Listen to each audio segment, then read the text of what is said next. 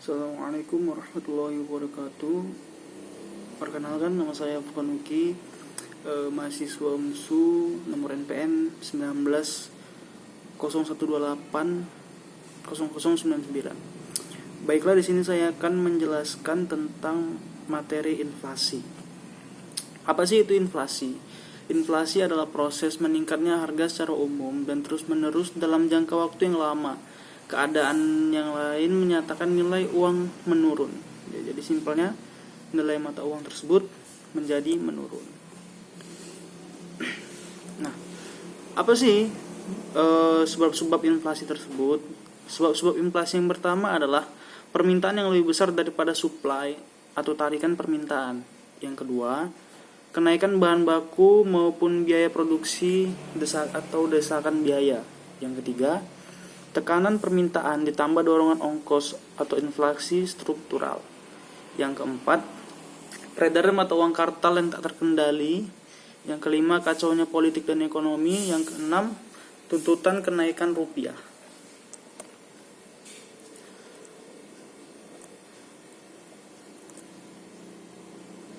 Nah, teori-teori inflasi. Yang pertama ada namanya teori kuantitatif atau Irving Fisher.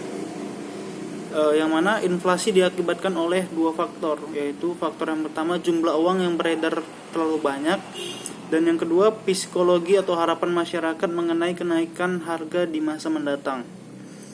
Nah, kita bedah pelan-pelan. Yang pertama tadi adalah jumlah uang yang beredar.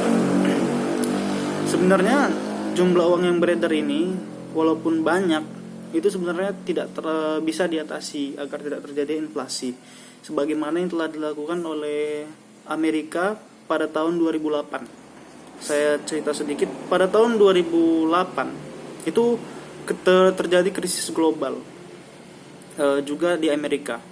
Krisis ini disebabkan di Amerika karena pada saat tahun 2008 sebelumnya Amerika itu terlalu banyak membangun rumah. Ya, mereka terlalu banyak membangun rumah dan mengkreditkannya kepada masyarakat di Amerika pada saat itu, sehingga orang-orang Amerika itu gampang sekali untuk memiliki rumah atau mengkreditkan rumah, sehingga yang terjadi walaupun dia tidak memiliki pekerjaan tetap, mereka tetap bisa memiliki rumah. Itulah kebijakan yang dibuat pemerintah Amerika pada saat itu, karena saking mudahnya untuk membeli rumah pada saat itu sebelum tahun 2008. Di tahun 2008-nya terjadilah kredit macet, sehingga mengakibatkan perputaran uang itu sulit dan menjadi krisis pada negara tersebut karena banyak masyarakat yang susah untuk bayar kredit rumah tersebut karena tidak memiliki pekerjaan tadi.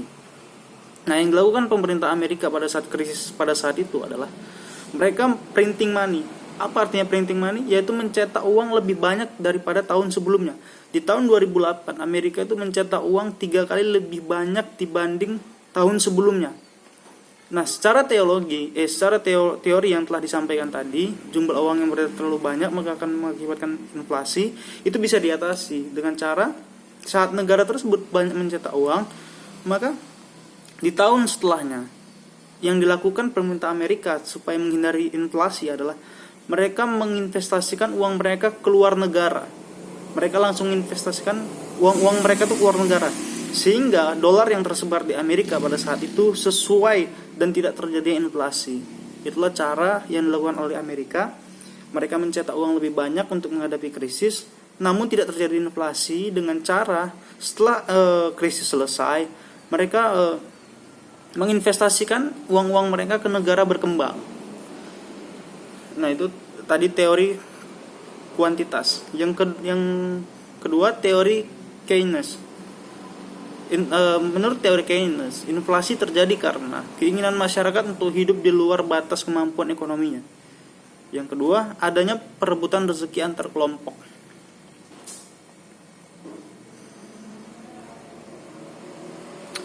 Nah, berikut ini dampak inflasi. Yang pertama, bagi pemilik pendapatan tetap dan tidak tepat. Pemilik pendapatan tetap dirugikan, pemilik pendapatan tidak tetap bisa diuntungkan. Yang kedua, bagi para penabung dirugikan karena nilai uang semakin menurun. Jadi yang memiliki tabungan saat terjadi inflasi, misalnya tabungannya 1 juta, rupiah, kemudian terjadi inflasi, maka nilai mata uangnya akan turun.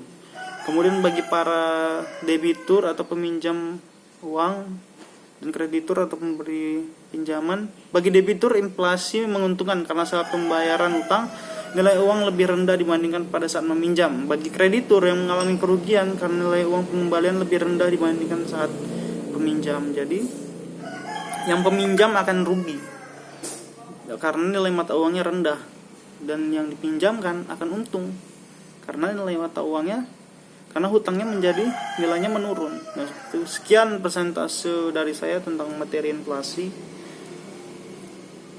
Terima kasih telah menonton.